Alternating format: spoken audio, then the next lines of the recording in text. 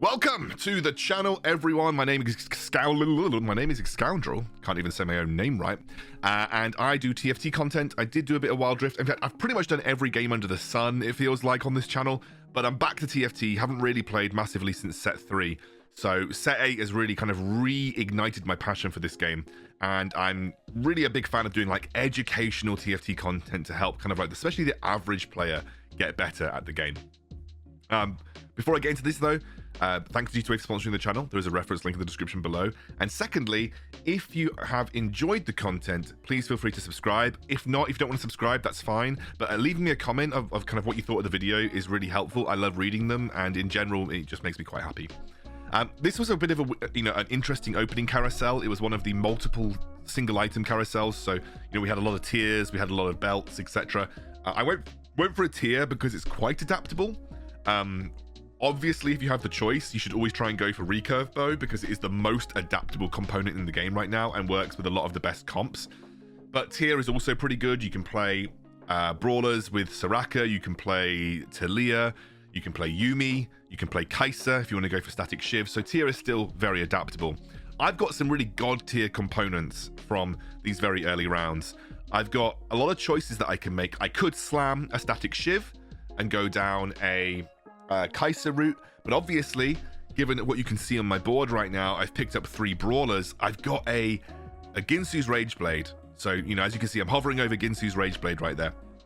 I've got a Ginsu's Rage Blade, which basically lends me towards Jax. Now, of course, when you're playing Jax, really important to scout. Even scouting this early can help you if people have slammed items in the neutral rounds. If I've seen someone else slam a Ginsu's Rage Blade, I know that I'm going to be contesting with them for Jax, or I'm going to be contesting with them for, like Kai'Sa or something like that. And here comes a really important choice. I've got 3 augments.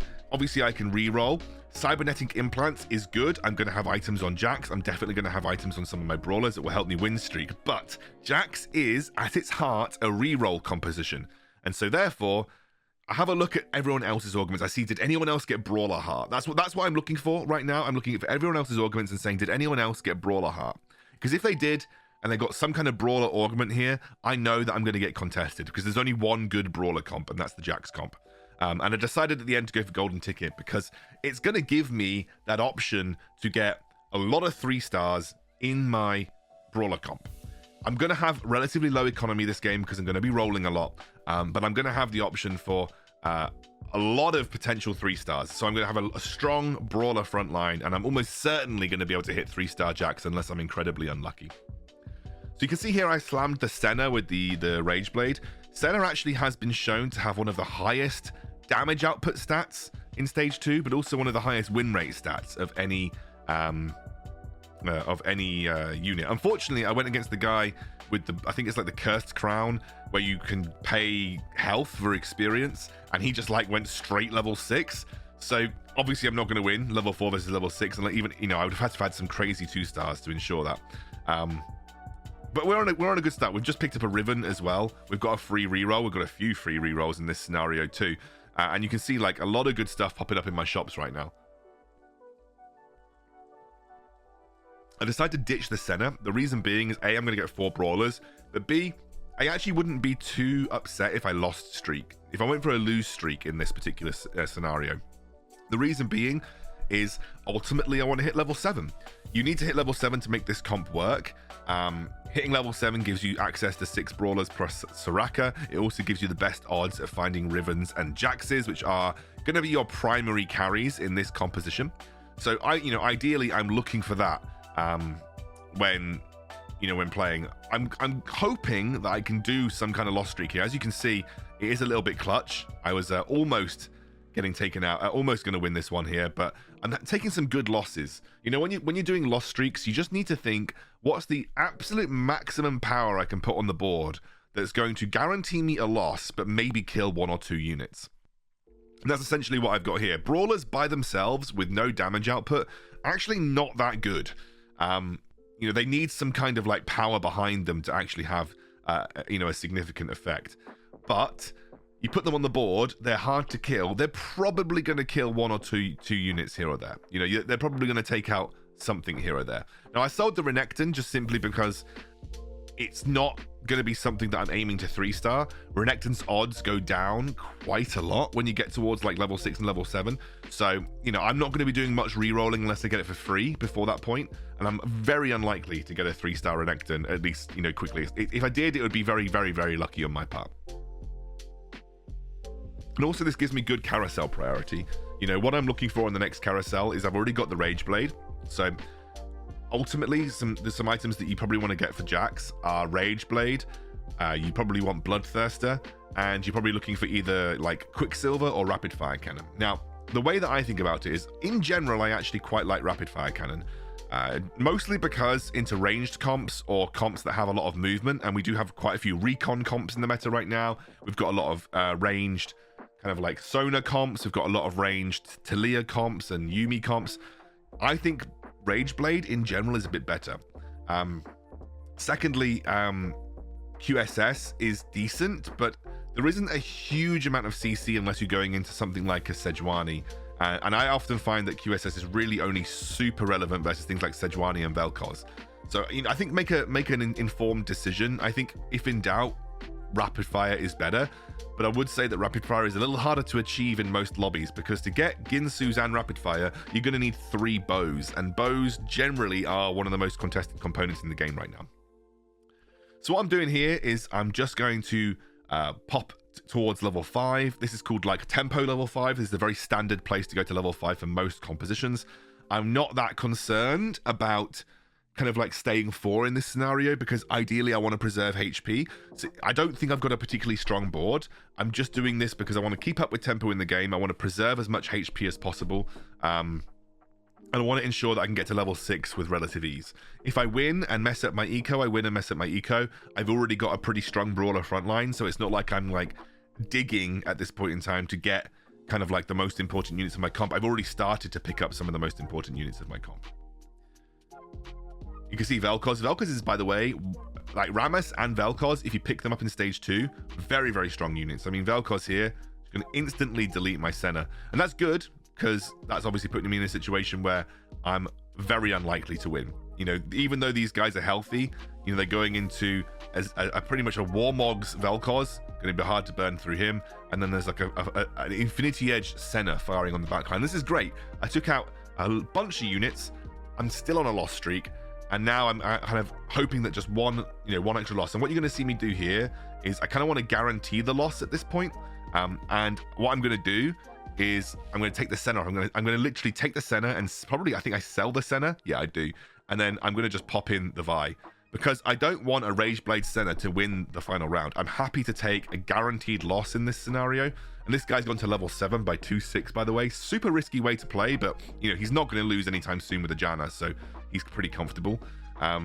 Super risky way to play, but you know, I want to guarantee the loss, so I take the Senna out in this scenario, I get rid of my backline damage, and I'm pretty much guaranteed to lose versus this guy. I think even if I kept the Senna at this point, I probably would have lost regardless. But I've just done this because I want to go into the neutral round without having to worry about you know, ruining my loss streak. It also got me up to 20 gold, which is quite nice, because that gives me an extra 2 interest, which is pretty important.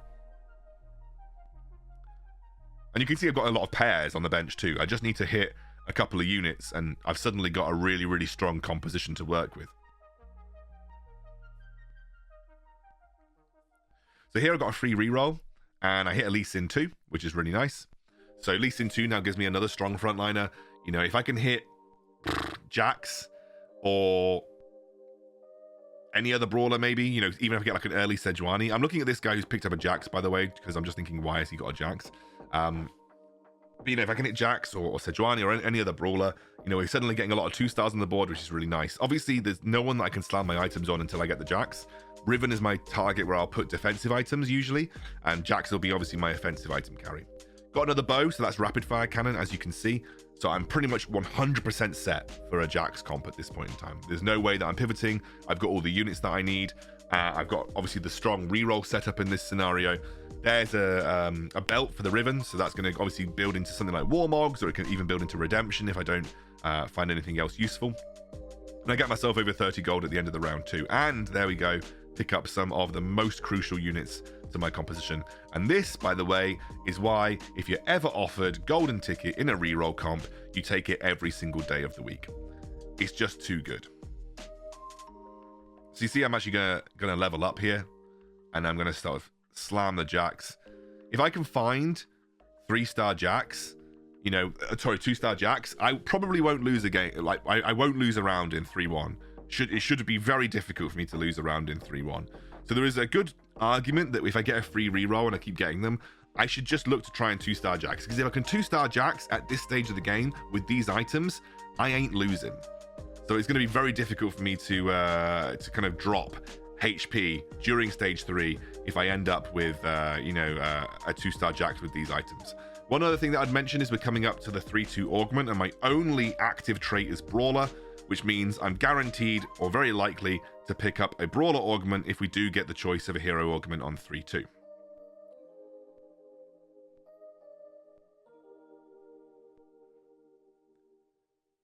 And that's usually going to be a good Jax one as well.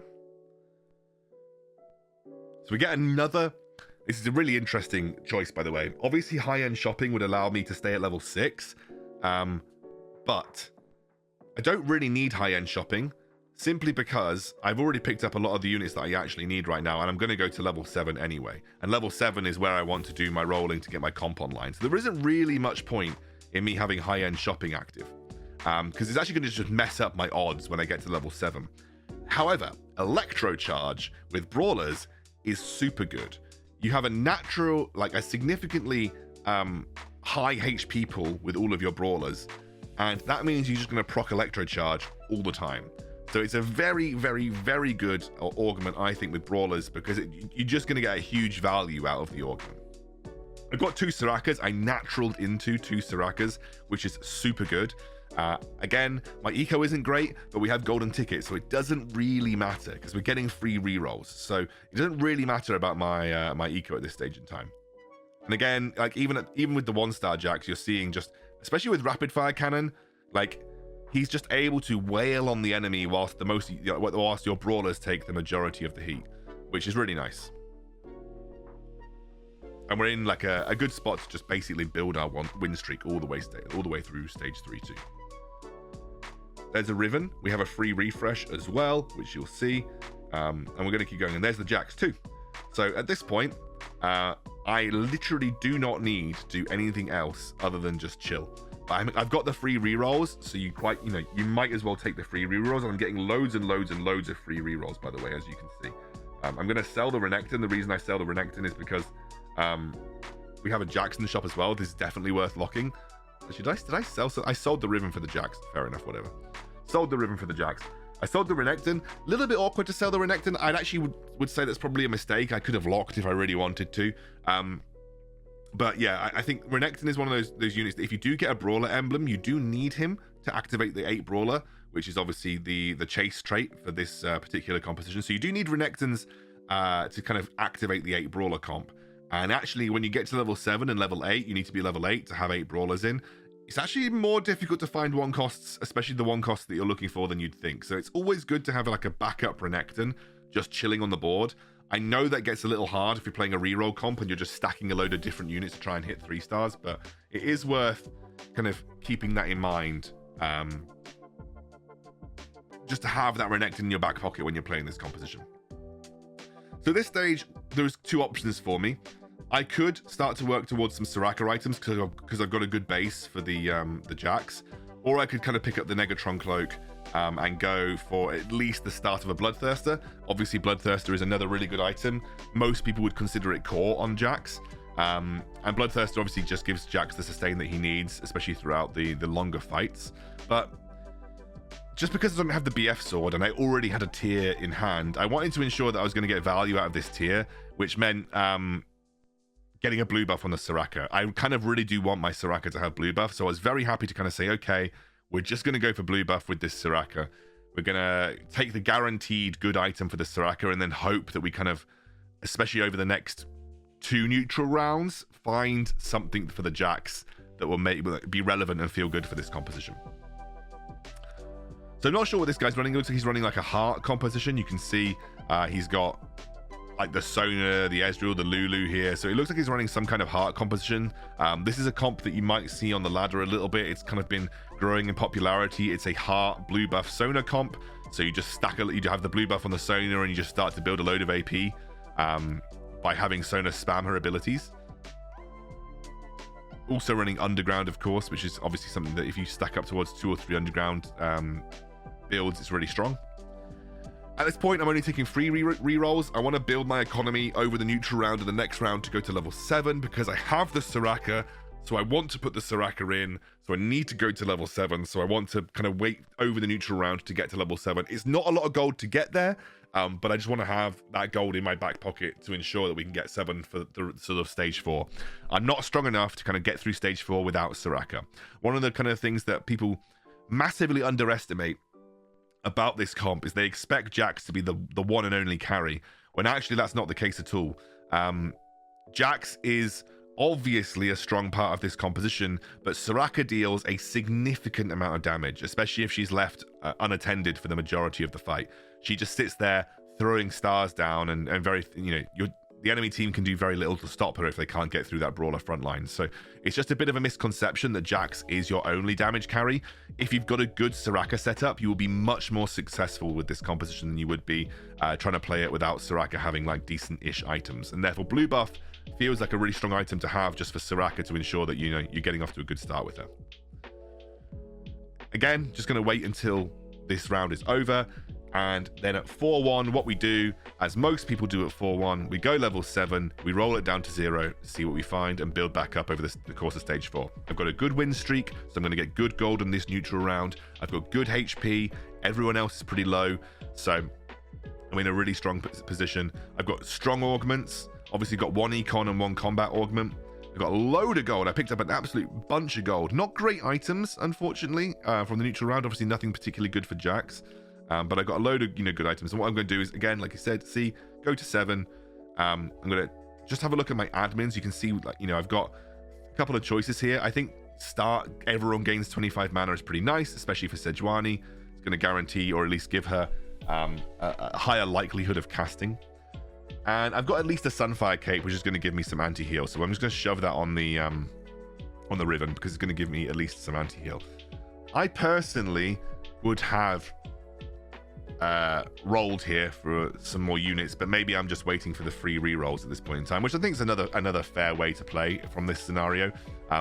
I was expecting me to kind of roll it down, but I guess waiting for some free rerolls, so just waiting for your shop to refresh and get your free rerolls. I also don't have any immediate upgrades other than Soraka 2 and Sejuani 2, and with the Jax I'm still in a strong spot, so I guess it's okay not to roll down here. It's not like we're searching to become that much stronger. We've got Soraka, who's nearly at 2-star Soraka, and we've got Sejuani 2. Those are the only I think the only 2 major upgrades that we're actually looking for beyond going for our 3-star hunt. And you can see here, like, that's the supportive Jax emblem. I don't want anything else. And as you can see, I've got that's the carry Jax augment. It's pretty good, but I actually want the Soraka augment. The reason being is it's the carry Soraka augment. It gives me Soraka 2 naturally. And actually, because I've got Ginsu's and Rapid Fire Cannon, I don't actually really need the carry Jax augment because he's already getting a decent amount of stacking attack speed anyway. That's a bit of a bait. If you've already got Ginsu's on Jax, I actually think Relentless Assault is a good kind of... I don't have Ginsu's on Jax. I can still play carry Jax without Ginsu's. Even though I do think it's good, don't get me wrong. I do think Relentless Assault is good on Jax with Ginsu's anyway. But if I can diversify my damage portfolio a bit here, and after 15 seconds, Soraka starts casting Empowered Stars every single time, I think that's going to be more successful for me this game. I've already got a strong brawler frontline. I'm going to go 15 seconds in most fights because the nature of brawlers, they're quite hard to get through, even with Giant Slayer. So I just think that it's much more likely that the carry augment Soraka is going to do more work for me as the game progresses. Jax can get locked up in CC. CC becomes more prevalent the higher cost units that you get. I don't have a Quicksilver. I need something else to help carry these fights, and I just think Empowered Soraka is kind of the play in this scenario. As I said, also gave me a free Soraka 2, which is perfectly fine. So it looks like I'm actually being a bit more, I guess, greedy. I did 1 reroll and I suddenly got a load of free rerolls, which is great. Again, whenever I have a free reroll with golden ticket, I'm just going to keep taking it. It doesn't matter if it kind of ruins my eco by buying things, because I would have done that anyway. But it looks like I'm kind of going to build up my economy again, trying to go towards like 50 gold to look at just kind of rolling above 50 and then maybe using that 50 gold to go towards 8 and stick in whatever I need to. Of course, if you don't find a brawler emblem, you can go Aegis, which is nice. You can add in a Leona into the composition, or an Echo. Echo is another good frontline tank that's really strong, and especially because, as you can see, there's a Vel'Koz, I've seen Talia comps, I've seen Zoe's. It's good to have, you know, I think I actually lose this one. It's good to have Aegis in a brawler comp because it also makes their effective HP pools that much more effective. By having magic resist for the entire team, the HP that your brawlers have becomes much more you know, powerful. So here I'm kind of looking to get one of the components that I want for Jax. The ideal component that I'm looking for is the Negatron Cloak, because that'll either build to Quicksilver or I either build to Bloodthirster. Of course, Bloodthirster would be my preferred choice, but just the most flexible item that I could have for Jax here is the Negatron Cloak, which I do manage to pick up. It also has the added benefit of coming with a 4-cost unit that I can immediately sell and get a bit of an economy boost. So that's why I went for the Negatron Cloak there. Also, lucky it is one of the least kind of like sought after items, and it was just, I'm going to slam it straight on Jax, because whatever happens, I'm probably building a Negatron Cloak item on the Jax. And I'm going to do a bit of rolling, as you can see here. Now, I'm pretty close to Jax 3, so you can see I'm going to be a bit more aggressive with my rolling strategy, and just go down towards 30 gold. Don't have a free reroll here, so I'm just going to chill, but we're very close to Jax 3, we're pretty close to Riven 3, we're very close to Lee Sin 3, and pretty close to Riven 3, Vi 3. This is what Golden Ticket helps you achieve with reroll comps. You're usually going to hit a lot of 3 stars for the comp that you need, and you've got to remember, at heart, Jax is a reroll comp. There are a lot of reroll comps in the meta. Kai'Sa, Yuumi, Ashe, Kayle with the right augments, Camille with the right augments, Yasuo with the right augments, and reroll meta in general dominates. So therefore, Golden Ticket is usually a really strong augment to take in almost every scenario. So I knocked this poor guy out because I have no idea what he was playing. And we're sort of back to preserving HP. I'm not going... Oh, there's 3-star Jax. Lol. I'm not going to rush 8 because, again, the odds of 2 costs and 3 costs are best at level 7. So this is the best level for me to be doing my rolling on. So I'm just going to continue at level 7 because there isn't any real need for me to go to level 8 right now until I hit the required 2 costs and 3 stars that I want. I also obviously would like a 2-star Sejuani at some point because that would just make her tankier and also mean it's much more likely for me to get the casts off. But you're probably noticing a lot of people playing AP in this lobby. So having an Aegis in at level 8 probably isn't too bad of a shout. You can see this guy's going to absolutely batter me. I just couldn't get through his Rammus. Rammus is a super strong threat tank that can carry you all the way to stage 7 if you play him properly. And I just could not do the damage necessary to get through a very, very strong Talia comp. And you can see he's got like items all over the place. He's got Gadgettine, Hexblade, he's got Shojins on loads of different carries. He's in a really strong spot for an AP comp. The only other thing that we can obviously look for is a brawler spat, which is not something you can make, but you can find it. Sometimes appears on carousels, for instance. And that would then mean I would want to pick up a Renekton and just go for 8 Brawlers, because 8 Brawlers just gives you a massive boon of health, makes it very difficult to get through you if you don't have Giant Slayer, and it would be more beneficial and probably give you more effective HP than an Aegis edition would, especially because you can add that Brawler spat to the Soraka, which makes her tankier on the back line, so that if you do go up against something like a Zed, you know, the Soraka becomes a lot harder to burn through. So I don't know what you're noticing here, but I don't really have the option to go for a what's it called? Bloodthirster. However, Dragon's Claw is, in my eyes, almost as good. And the reason I think Dragon's Claw is almost as good here is that it's going to reduce by a significant margin the amount of magic damage that Jax is taking. And that's really good because it essentially acts as free lifesteal because it's essentially reducing his HP loss over time. Works in a similar vein. Not exactly identical, but works in a similar vein. And then it also means that my rest of my components can be used to make a useful item, which is Locket, which Locket is really nice because you can just stick it on your front line. You're guaranteed to usually get full effectiveness out of your Locket because you stack your brawlers in one row. And so Locket in general is a nice item if you're playing like this big brawler frontline like I am. And we're pretty close now to Riven 3, Vi 3, and Lee Sin 3. And that would give me just like the biggest front line possible. Like it would be very difficult to deal with me with that front line. And you can see I'm just taking the free rerolls. You save so much gold with golden ticket over the course of the game. I think this is where I rolled down, found the 3-star Riven, but didn't quite find the others. There's the Lee Sin. So I'm literally like one Lee Sin off and one Vi off in this scenario. Which, if I get those 3, I'm not rolling for any more. There isn't really anything else that I can get. I'm definitely not going to get the Blitzcrank 3-star.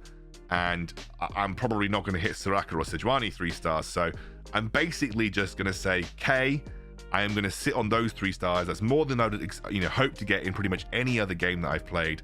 And then we're going to go 8. We're going to go 8 for either Aegis, or we're going to go 8 for a Brawler Spat if we get one. Because then we can add 8 Brawlers into the composition. So that's basically our game plan for the rest of the game.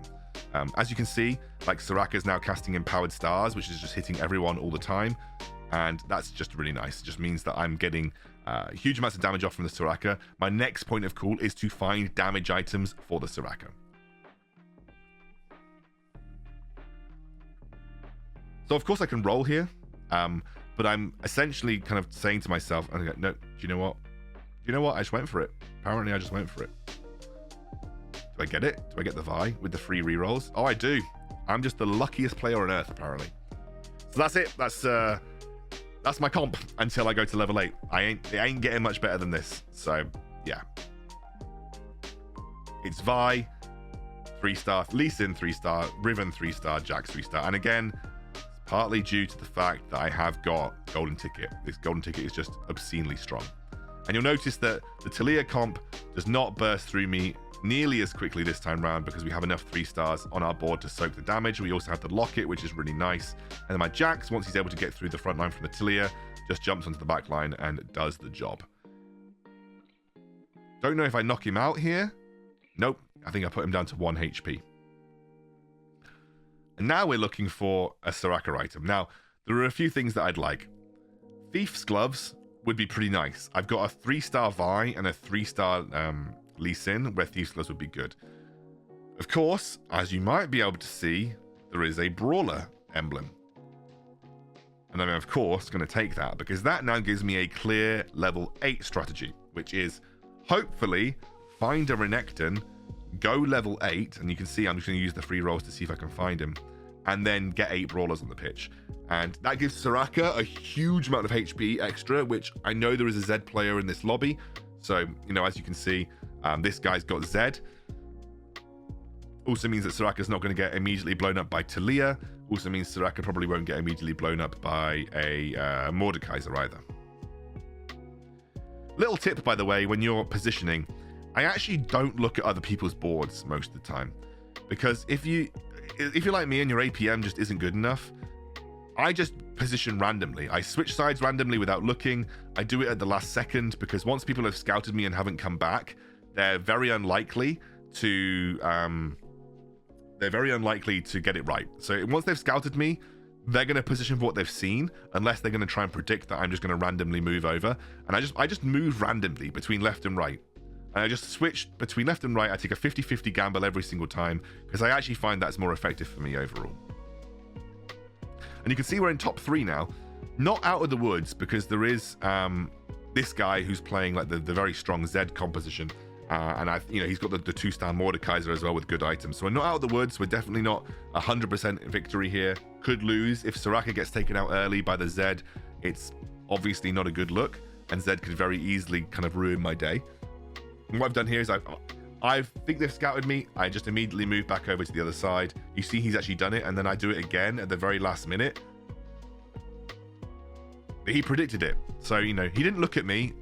He looked at me move over to the other side. And now the Zed's going to get onto my Soraka. You can see how hard it is for the Zed to kill my Soraka with the Brawler Spat emblem, though, and it'll become even harder once I manage to find my way into a Renekton. But of course, as I mentioned earlier, what you're going to see is there is a bit of a problem for me, is that I can't find the Renekton that easily. The other problem that I've got is that obviously the Dragon's Claw, not so good versus a Zed comp, and I kind of get battered by this guy this time round. the best way for me to ensure victory versus this chap is A, get 8 brawlers on the pitch, but B, also want to ensure that we just try and dodge his Z as much as possible. It will be less important to dodge his Z once we find a Renekton and can go 8, but yeah, just have to be a bit careful. Free rerolls do help you finding these kinds of units, by the way, and I do eventually find 1 brawler here. Now this is going to mean that I can go 8 basically immediately after this round, and that should give me 8 brawlers, which is of course very strong chase trait and should give me a good shot at getting first, even versus the Z. The reason that I'm struggling versus the Z is that my Soraka is a strong carry in this scenario, and the Z, you know, blowing her up very early on means that I'm not getting good damage across the team. Have an item, obviously, that I can go for. What I'm going to do is just going to go 8 and just pop the thingy on. Now I've got options. I personally think that, you know, a lot of these could work, but just for positioning and just also because I think it's going to be super strong with the setup that I've got. Hextech Gunblade on the Soraka is going to give her some AP, but it's also going to allow her to heal more of my frontline. It will heal her, so she'll get a self heal, but it also help her heal some of my frontline who are on the lowest HP percentages. I should really have Vi next to where my Jax is, but Jax does do a decent amount of AP damage as well.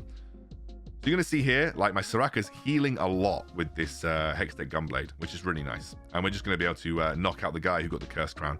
Feels bad that you get that Orgament on 2-1 and you end up coming third, but it is what it is. We had like a nuts Jax game. We had the great Orgaments for him, and we managed to 3-star pretty much everything. Even though it was pretty close, but you are seeing that my Soraka's still really healthy, and was able to heal up my Jax as well. So we're in a strong spot. And now it's us versus the Z guy. There is literally nothing that I can roll for other than Renekton 2. And what you're seeing me do here is I'm basically just backlining everything because I'm not really scared of his frontline at all. His frontline doesn't deal any damage, so I'm not scared that my frontline aren't going to immediately tank. I'm only scared about his Z. So if I can put things around my Soraka to make the Z's life harder, he gets stuck on other units. Like that's great. That's exactly what I want. And I'm going to backline everybody as well to ensure that I get the shield across my Jax and my Soraka. And you're going to notice here that we have a significantly better fight. Zed is now stuck on the Vi, who has got a bazillion jillion HP. My Jax is ramping up for free without anyone really touching him. My Sejuani was able to get a really nice cast off, and if you watch, we're past the 15-second mark. Soraka is going to start dealing damage out like a boss. She's empowered starring everybody. They're not dealing a huge amount of damage, but they're healing her, and they're also healing our lowest HP target.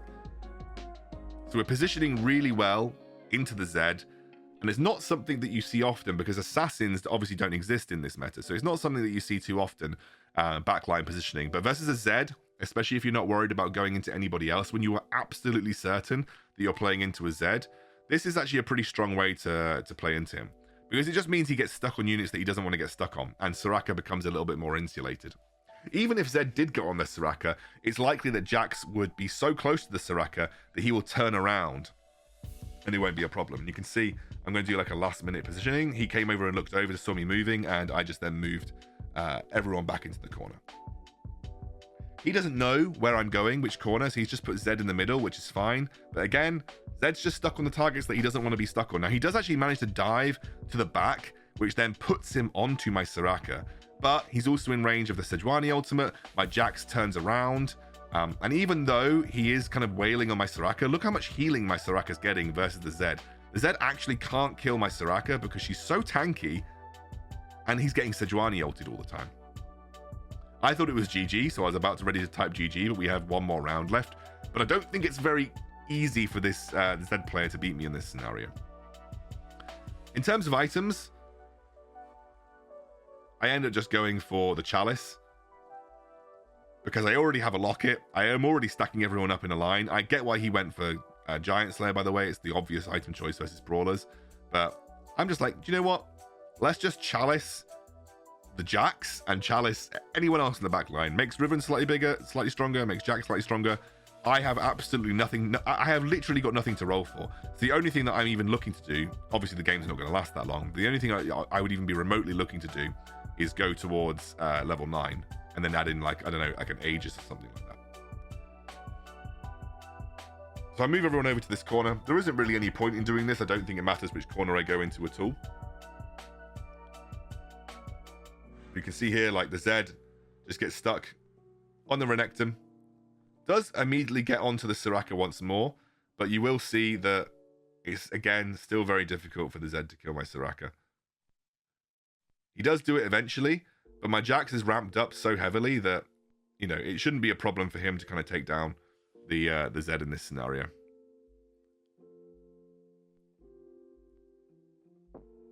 And once the Zed's dead, he doesn't really have any threats left. And we win the game. That was Jax in a nutshell. Start Brawlers and run with Brawlers the entire game. If you enjoyed, let me know. Feel free to subscribe.